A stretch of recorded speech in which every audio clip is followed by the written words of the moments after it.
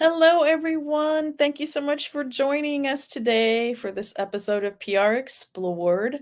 I'm Michelle Garrett, and today I'm joined by Gary Preston, who is the founder and CEO of CoverageBook. And we're so happy to have you with us today, Gary. Thank you, Michelle. Thank you for inviting me. Yeah. Uh, yeah, it's been great. It's quite a shock. I got your book. It was so nice to chat and just say, hey, I've got your book. And you're like, hey, do you want to join on an interview? And I was like, thank you so much. It's so cool. I feel very honored. And congratulations, by the way. It's a really great read. Oh, Buy a copy, everyone. There's one thing thank you took from this talk. Buy a copy. Yeah, thank you so much for that. I really appreciated that. Book is like my baby, so so that's great. And yeah, so I'm so happy that you're here. And I wanted to have you on to talk a little bit about PR measurement, and that's kind of how I came across you because I was looking around at things to help me deliver reports to clients basically, and I found out about CoverageBook, and of course I started following you and just kind of watching what you're doing. And so I would love it if you would just tell us a little bit about your background, if you don't mind, and how you got where you are now. Wow. Okay. Um, stop me if I'm rambling. I'll try and do a really short take on that. So my background is actually in digital marketing, is from the SEO space. So I started building and doing SEO on websites 20 odd years ago when I was about 19. So that's quite a long time ago now. And then I moved into the SEO space. And then I guess it was about 15, 16 years ago, I got very interested in link building. And then kind of came to the realization that people in the SEO space didn't really understand how to earn attention and do authentic link building. So I kind of shifted my attention to the world of PR, and thought, okay, I want to see if I can work alongside PR practitioners to build and do proactive link building. And I think that took me on a whole interesting journey in terms of learning about PR and learning, I guess, about for me, it was the first connection of like, how do I link PR activity in terms of measurement to impact? So from my world in SEO, it was a very simple step to say, I'm working on these websites. The aim is to get this website appearing for these search terms, which I know are worth money to this business. If I can get a car insurance company ranking for car insurance, I know 100,000 people are searching for it. Mm-hmm. So if you're in number one, we can get to that. So how do I get that company to number one? We can do a load of technical work, but a big factor was inbound links. And so when I started working in digital PR, we were getting PR. I built a team around me of people from PR, and we were working on lots of tactics to basically improve positions of the brands that we were working for. And I was able to draw a line between, we've moved you brand, I won't say any names, from position 4 to position 1 as a result of the inbound links that have come into this website from the digital PR that we've been doing. And therefore, here is the revenue that it's generated. So, our retainer is £20,000 every month for us to be doing this work, and we can justify that by the commercial returns. So for the people that I brought into my team, which was Stella Bales, who I work alongside now, she came from a PR space that wasn't really into measurement. So for us both, it was a whole kind of journey of figuring out, wow, there is a line you can draw between PR and impact in a very specific space. So that's kind of my background. I was kind of learning and uncovering all sorts of ideas in an agency background there. And then like moving forward, like 10 years, kind of got a bit, needed a new challenge outside of agency life.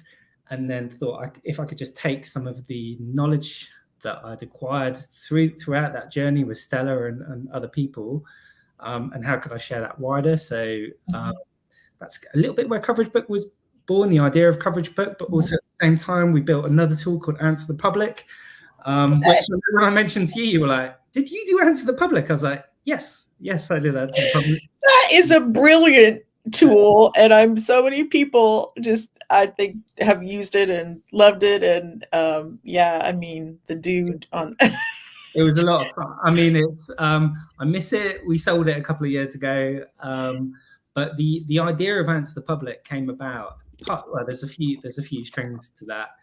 It was partly we built it as a free tool to put out into the market to build an audience for CoverageBook, which wasn't really a thing at the time. So the idea of it was, how can we bring search data to public relations professionals? And so how do you answer your public? And your publics are more than just the news media and influencers. They are real people. And there are real people asking questions of brands and products and services within search. And as my background was in search, I was quite used to delving into keyword insights and data and using Google Suggest and drawing mind maps of, here are all the interesting things that people are asking. And I used to take that data into paid search teams and say, here's what we should be bidding on, to SEO teams, and so they could figure out how to optimize the sites and content for these search terms. But then I would take it into creative teams and say, here are the interesting and curious questions that people are asking about your brand and things like that. Can we come up with PR ideas? Can we come up with hooks? Can we come up with content ideas off the back of this data? So it was kind of a way of ungeekifying search data and giving it to people, beyond SEO. And so Answer the Public was an attempt at that. Could we sort of translate the mind mapping process of search data into a visual tool? And then we had a load of fun with it and put the homepage characters on and basically had a lot of fun. So it kind of went, the idea was it would build an audience in the PR space, and it kind of went way, way beyond that. Well, that's the thing. I heard about it from content marketing people, and I'm like, oh, it was built for PR people. That's so funny. Yeah, that was the whole idea, Answer the Public. But I mean, very few people know the origin story of it because we just don't talk about it really. But the idea is that we built this free tool to promote CoverageBook, and then the free tool ended up becoming way better known than CoverageBook and anything else that we built. And we left it free for years, and then in the end we put a SaaS product on top of it. And then 2 years ago, it got to a point where, I mean, we're a team of 11 or 12 people and always have been. So we really enjoy, that's done on purpose. We enjoy being a small business. We enjoy being a small company. We work 4-day weeks. We enjoy spending time with our families. We have a very deliberate, what we call in the software space, bootstrapped view. So we don't have outside investors. So we're very deliberate in the things that we do. And Answer the Public was almost getting out of control in terms of our time, because it was just, so many people were using it. And it just got to a point where we're like, you know what, maybe the journey's over. Had a lot of fun with it, and it was great. But the interesting thing with Answer the Public, and there's a thread between all the things that I think we've ever built and the things that we teach, is that the idea behind Answer the Public was, how do you take something like Search Insight and give that knowledge to a wider spectrum of people? Like, it doesn't have to, search data and Search Insight doesn't belong to SEO people. It's not a geeky thing. It's like there's consumer insights in this that can be used by everybody. So I think I said to you in a chat before, it's kind of, we pitched it as kind of like, it's Fisher Price keyword insight. That's the idea. That was the idea. But what happened is that lots of people got use from it and saw value in the data. And I think there's a lot to be said for that kind of approach. It's a lot of fun. So, well, I think that was one of those things that a lot of people will remember, and that's, I had no idea that was your thing. So yeah. I've Yeah, never. so, yeah, it's a lot of fun. Yeah, the homepage videos were amazing to shoot. They were very bizarre and weird. We never told anybody what we were doing with them. Um, they freaked a few people out. I think they entertained a lot of people, but the whole point and the origin is in public relations. Really, the videos were remarkable. That was the whole point. They were remarkable. They were weird, and you would look over somebody's shoulder and say, "What's that tool you're using?" And it's like, that's so weird. It's remarkable. So it's a very basic thing there. That's just, yeah, there's a seed in just, public relations in a way. It's So memorable, right? I mean, that's remarkable. Yeah, it's obviously, everybody remembers it, and yeah. that's hard to There were do. many other keyword tools out there, but most are just forms on websites, which is a lot of tools. They're just forms on websites, and you don't Yeah, register. And yeah, that was like, what? That's weird, but okay. And then obviously yeah, the team needs to deliver on something interesting. yeah, Otherwise, it's just jazzy for no reason. yeah, And what it delivered was hopefully you put one keyword in, and then it gave you a ton of insights for free that you could do. yeah. So that was the idea. That was the idea of that. So yeah. Yeah.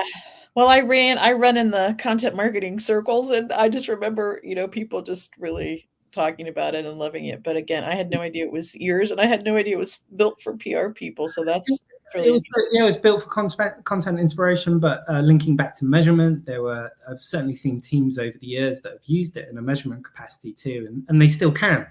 Just because it's not our tool, there you can still use search data to measure. So everything from, if you're a brand new startup or an existing brand, just seeing if you're putting key messages out there, understanding how consumers are reacting to that by how they're searching within Google around a brand. They might be asking certain questions around a brand, and you can mine that data through Google Suggest, and you can see that, oh wow, people are sort of picking up on key messages. They're questioning around this. That's interesting. We've had some kind of impact to consumer behavior by the very searches that people are doing around this product or service. Is evidence of the PR work that we've done, because how else would they have been triggered to type those things in if it wasn't for our work?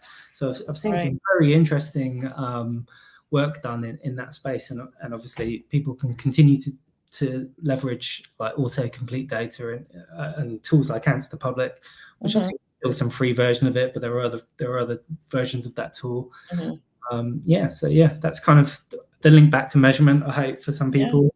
And then obviously, we CoverageBook was the other thing that we did too. So Yeah. And you have Coverage Impact, so we can touch on that a little bit too, which is free, Coverage Impact.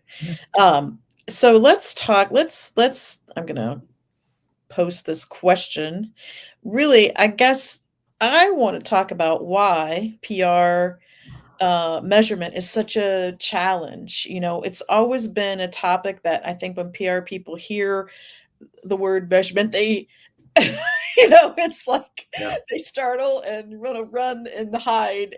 And why? So why is it overwhelming? Why does it create fear or panic or whatever word you want to use to describe? I want to talk a little bit about that. Okay. I mean, I've got lots of thoughts on why it's a challenging topic. Obviously, I accidentally got into the world of PR 10 years ago. It's not my training, it's not my background. But what happened with meeting Stella and then working alongside other PR practitioners, what it's taught me over the years is that I think the PR world is generally just very honest about what they don't know. Whereas in my background, which has been paid search and SEO, there is an inbuilt confidence in the data that's been available to us for all of these years. We've been immersed in terminology like multi-attribution and there's which I think to anybody else would be like, whoa, these other marketing disciplines have got this absolutely covered. They can prove that Gary saw this ad, clicked in, went and hung out with his friends, had a chat, he mentioned this word, and then somehow magically the computer has connected the sale to his friend buying something. And it's like, no, that is not true. That's not happened. So I think there is just, I don't know what it is. There's and Stella talked about this with me. She used to say she used to sit in all agency meetings, and the PR team would turn up with their coverage book, and the paid search team would turn up with their reams and reams of data. And you know, if you've ever been into like Facebook advertising or Google advertising, you see the reams of columns of different data types that you could potentially pull out and show to somebody. You can see why it's quite bamboozling in a way, to almost anybody involved. So not just PR people, but most importantly, leaders within the business that are just trying to figure out what the hell is going on. Like, where should I be spending money and investing? And I think where we're getting to now is, I hope a realization that some of that period of time over the last 10 or so years is that, a lot of these other marketing disciplines, there's a lot of false confidence in what they've been saying. I'm not saying they're snake oil salespeople, but actually it's have they ever really been able to prove the incremental impact of their work? Like, I think that's a very big question that a lot of marketing disciplines are really thinking about right now. There's a maturity coming, and I hope for people in the PR world that it's an opportunity to think, okay, like, I was concerned that I didn't have access to all of the data, and I might not be quite as technically proficient as it appears that other marketing disciplines are. They've got access to all these tools and all these data points, but actually, like, there's probably a bit more of a level playing field here. So I in my experience with talking to PR practitioners, they're just generally more honest about what they don't know. And when I talk to, from my experience in other areas, there's a lot of false confidence is probably the nicest way of putting it. It's but obviously, in terms of back to the question, why is measurement such a challenging topic? It's a challenging topic to everyone across all disciplines. And I think the point is it's quite hard to, as always, there's no silver bullet, there's no simple answers to how you should be thinking about measurement, because you could be working for the UN and you're thinking about, how should I be measuring public relations for the UN? Or I might be working for a brand new e-commerce startup of one person that's selling muffins, I don't know, in my local area. They are two vastly different organizations, and they have totally different objectives and things that they should be thinking about. But the challenge is like, how do you take all of the knowledge and teaching that's out there and apply it to yourself in a way that's not overwhelming to you. And obviously there are lots of amazing people out there like teaching right now. So everyone, I mean, the PR space is very lucky to have, there's an organization called AMEC, AMEC in the world, and they've for a long time been promoting better measurement within the PR community, and they've spent a long time coming up with something called the AMEC framework, which I think, back to that point of whether you're a small organization or a large organization, you can look at this framework and take some inspiration for how you could be doing things differently, or at least thinking differently about how you look at the work that you're doing and try to connect it to some form of ultimately impact. Yeah. We're trying to put AMEC up on the screen and it's acting goofy. So anyway, I'll put that up when I can. But I think the thing that we were talking about when we were getting ready for today was what are you trying to measure? That's one of the first questions. And if we don't know that, it's going to be, and I think sometimes from my perspective, working in PR with clients, I hear, oh, well, we want to measure our results and impact what we're doing. It's like, okay, great. Okay. And then like, okay, PR person often do that. Like, okay, I'll see you later. And it's like the PR person just stands there like a deer in the headlights and does no this question. There's a team that result to, probably a bigger campaign or a more robust effort involving other things. So I like we should be asking more questions, and then like what questions should we be asking? Those kinds of things. Okay, yeah. I think I got almost all of that, Michelle. I don't know whether it's me or the rest of the audience is having issues with the internet connection there, but I think generally I got the strand of what you were saying. Yeah, I mean, from what I can see, from in the world of PR measurement, there are kind of two forms of PR measurement. There's kind of like the initial, I've just done some work, I've just run a campaign, and your stakeholders generally want to see some kind of report there and then at some point, because that's sort of human nature. What work have you done? What's the activity? Are you still there, Michelle? Can you hear me or no? I can, but you've frozen. I don't know if the whole audience is can see the same or not.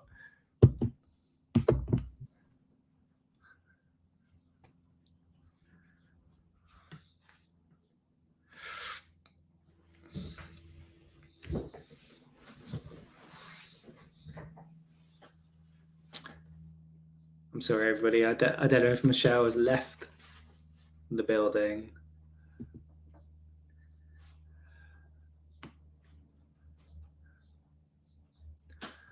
I'll keep an eye on the comments just in case anybody is around.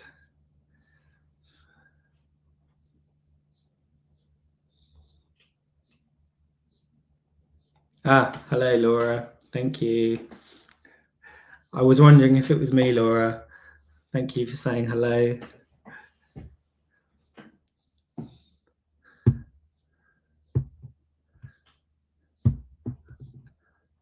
Hi, Michelle. I can see you in the comments too.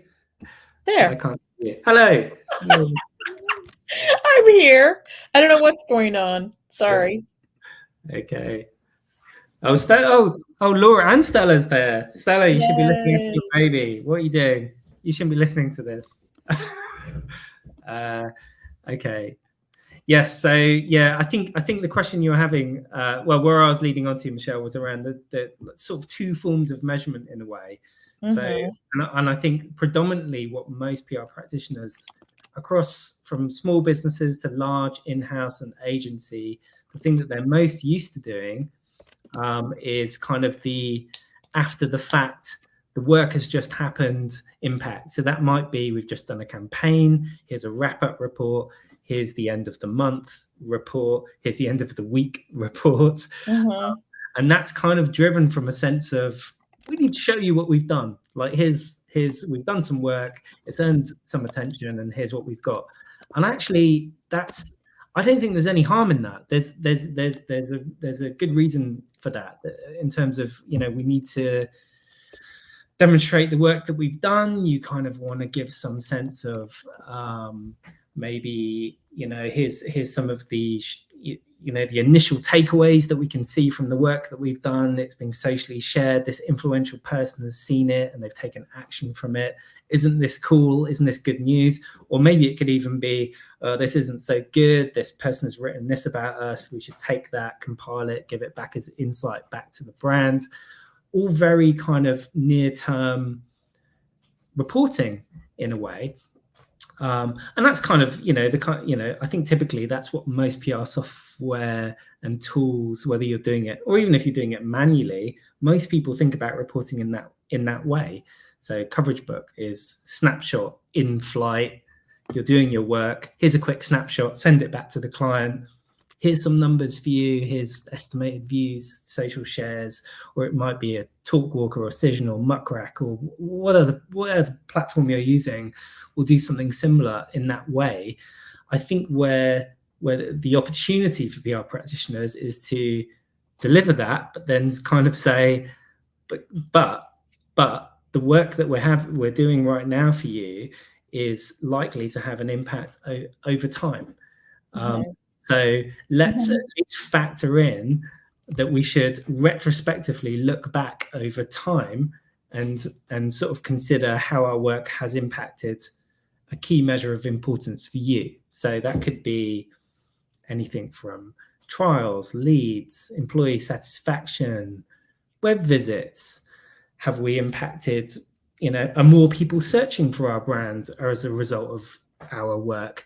And these things you can only do over time. You can't deliver it the week after the work is done. You need to kind of begin to set an expectation, I think. And probably a key learning for everyone is to acknowledge that instant reporting is good. I totally get it. Like, you need to show that you're doing something. Because if you've done nothing and there are no outputs, then there's no point in looking at what the potential impact of that could be down the line, because you've done nothing to input into it. So the short-term, input is good, but I think beginning to set an expectation that, okay, let's check back in.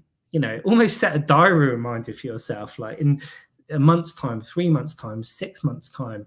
Can I look back over time and think, when did key bits of coverage land, and what is important to the objectives of this business or the goals of this business? If I could draw a line, if I could draw a timeline of my coverage landing, what other line would I love to see? And would that be trials, sales, web visits, employee satisfaction? What is the overriding goal that if you had 2 minutes with somebody, your boss, a key stakeholder who doesn't have time to read the 100-page breakdown, if you were just going to put one thing in front of them and say, I've got your attention, because we're all short of attention, we're all goldfish now, like, what are you going to put in front of them? What's the one slide? What's the one line? And what's the one message that you want to get across? And I think that's the big opportunity for PR practitioners, to go deliver the instant, because I get it, you need to show, but the real return, I think, is the setting the expectation that there's stuff to be looked at retrospectively. So well, I think it's really interesting. Often what we think that they're going to see is not what we're interested in, because sometimes I have clients will say, well, we really don't want,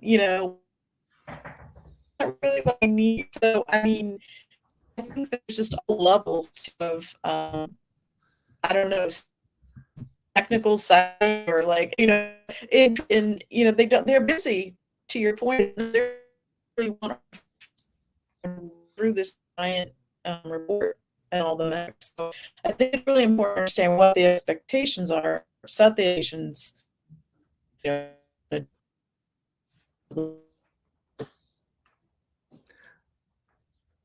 I don't know if everyone else has lost Michelle too.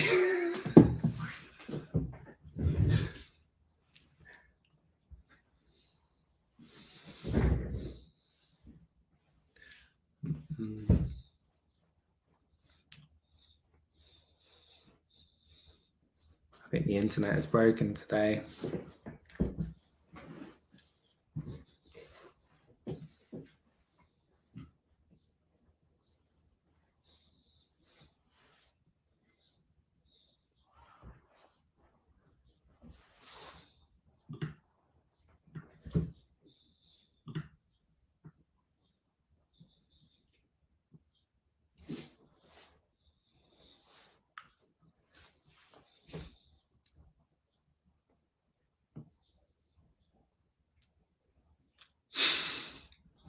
Hi, Laura. Yes, I think we've lost Michelle again.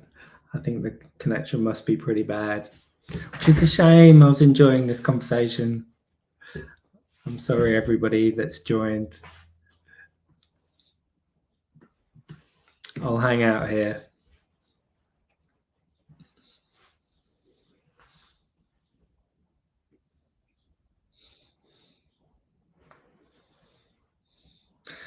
Thank you, Laura. Yes, I think Michelle was asking about the importance of setting expectations.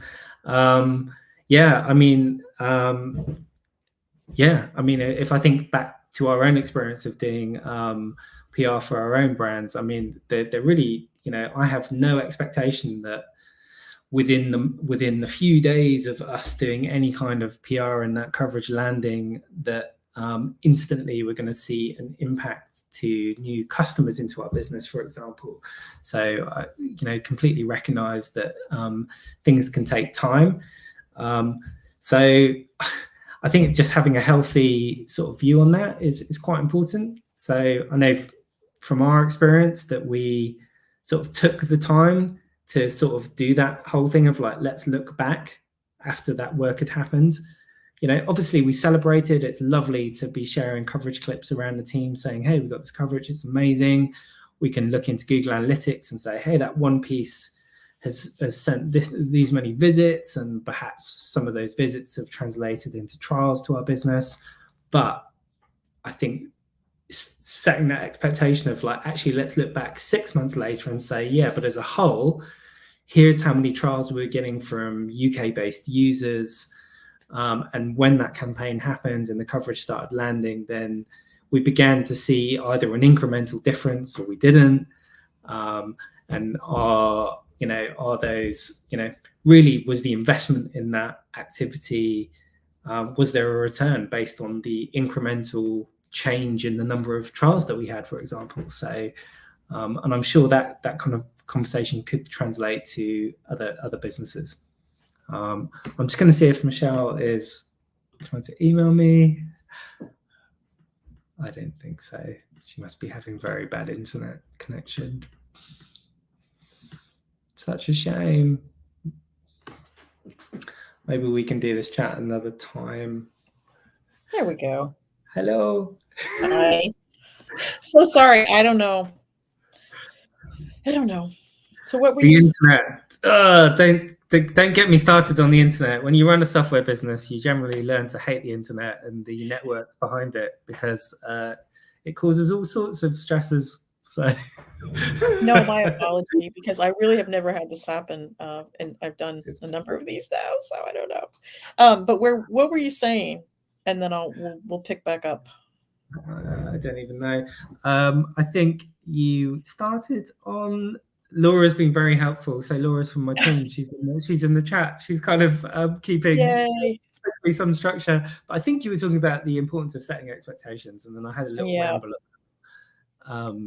Yes, like even to myself, when we've done PR campaigns, it's important to say, not get place too much emphasis on the near after. Like, okay, the stuff's happened, and you can see some impact maybe of the PR coverage. I can see some visits and maybe even some trials coming from the PR visits. That's amazing, but that's only a short part of the story of the impact of the work. You really need to wait and then have the discipline to look back and say, okay, but let's look back over a broader period of time and see what else happened over time. Because we've moved on. Every business moves on and they've got other priorities and they've got other things that they're doing.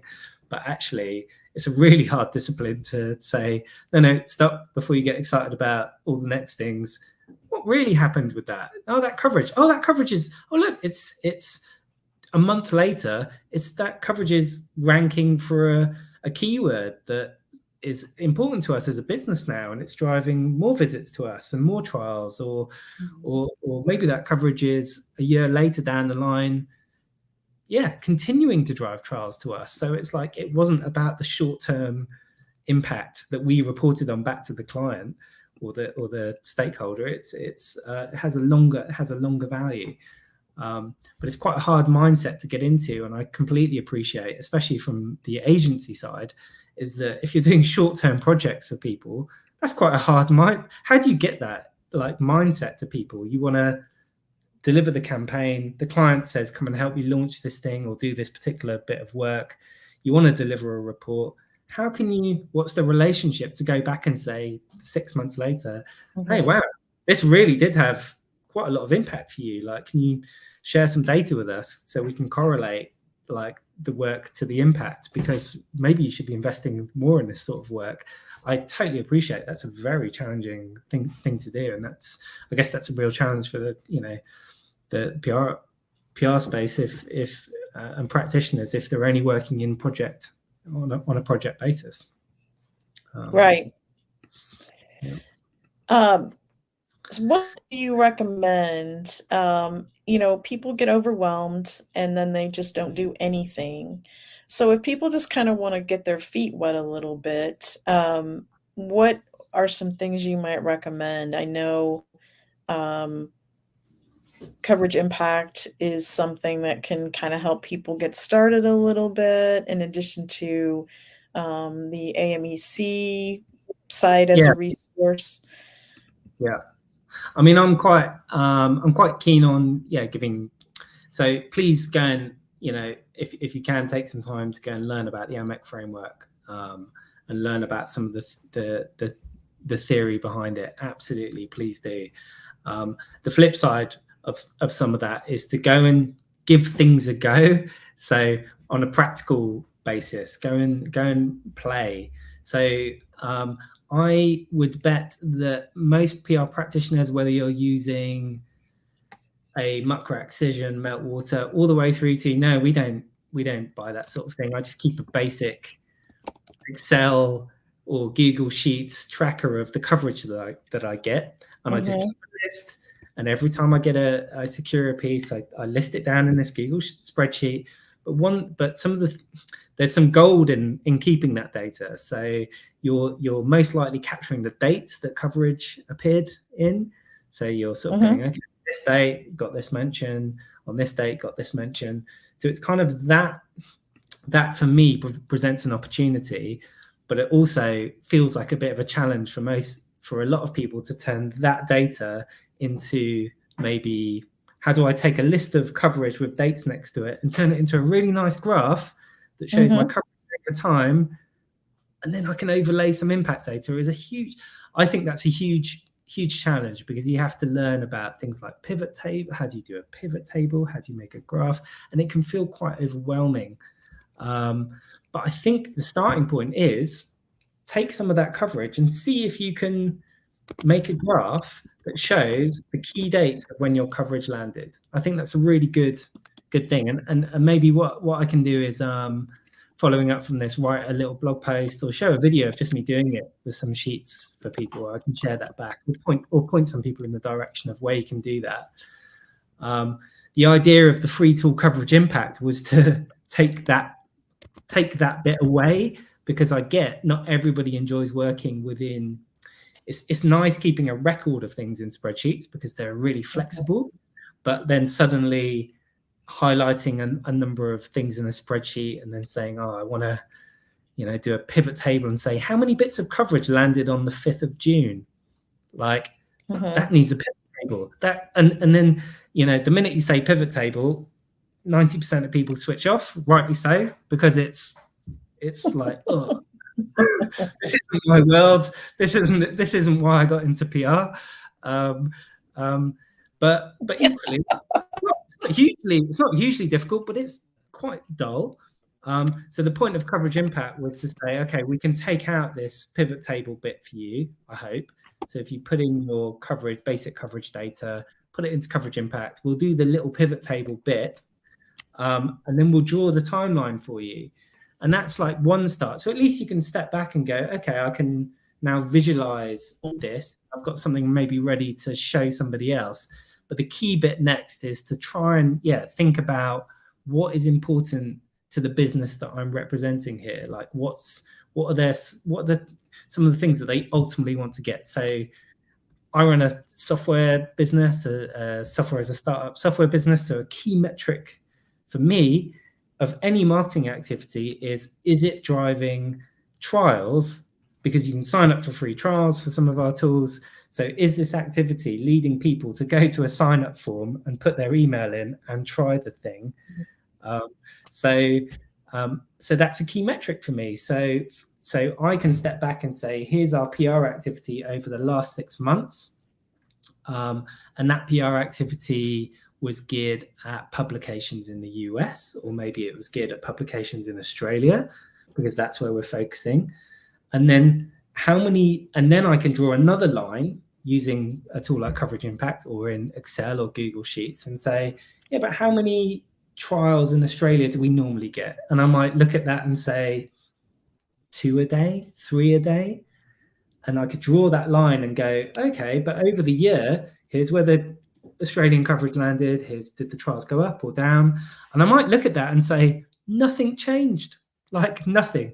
So what I'm sort of learning is that there's no correlation to the PR activity and in Australia and increases in trials from Australia. Or I might see some interesting spikes and say, well, that's interesting. I can't prove that the PR coverage has caused the increases in trials, but this is interesting. I'm going to go and look, and I'm going to dig a bit deeper and just start exploring the data a bit more. And I think it's that starting point that I think I'd love to see more PR practitioners getting into. And please don't get, when you get into the world of correlation, you start learning about statistics and you start learning about, you'll hear phrases like correlation doesn't mean causation, which basically means just because the graph said that there's a spike in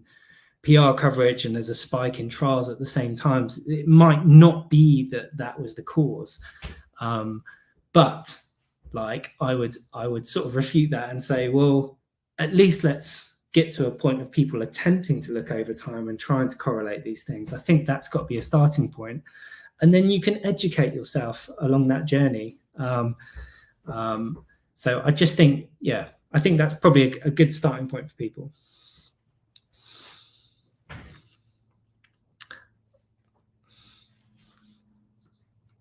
And I think I've lost Michelle again.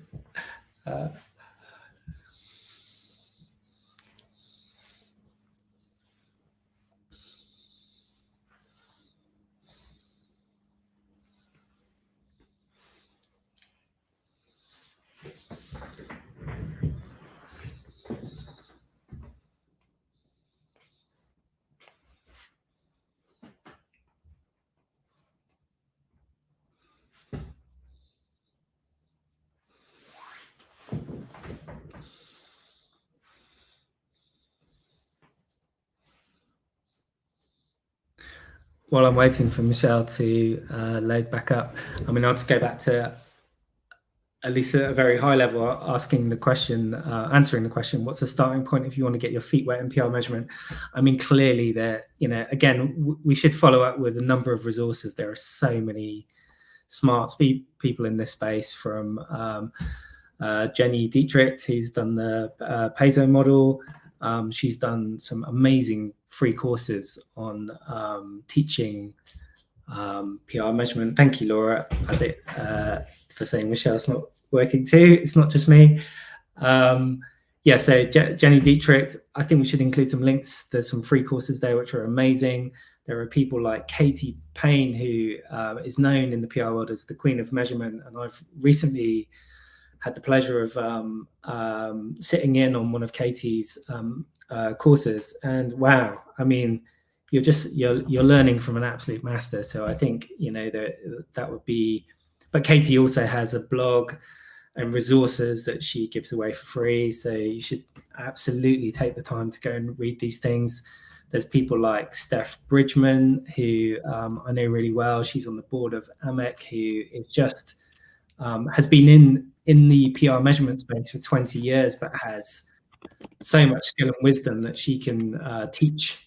So I think I'll work with Michelle to recommend some great resources where Steph Bridgman has done some amazing teaching. So yeah, so many places where you can get started. Yep, that's great. Can you hear me? Yes.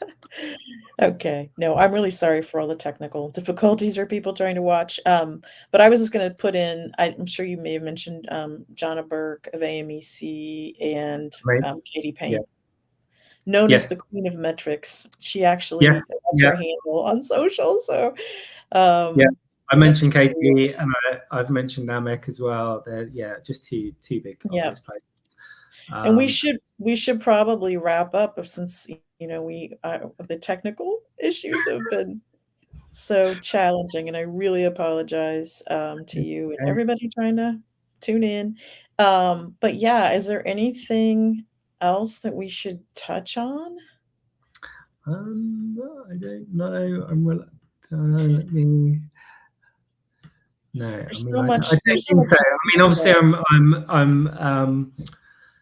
in any discussion like this, it's always very hard to not come across as giving quite vanilla advice, because Mhm. you're sat on the other end. I totally get it, and you're listening. And you're like, hang on, I tuned in to hear about how I can apply PR measurement to my agency, my company. I'm a small brand working in music, or I'm a brand working in gaming, or I work for the UN, or I work for a SaaS company. And it's just like, wow, it's a very big, like, how do I take what people are saying and then apply it to my world?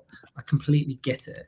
So I am totally open for anyone to get in touch and connect with me privately. I'm more than happy to give, any specific starting points for people, or give them some advice.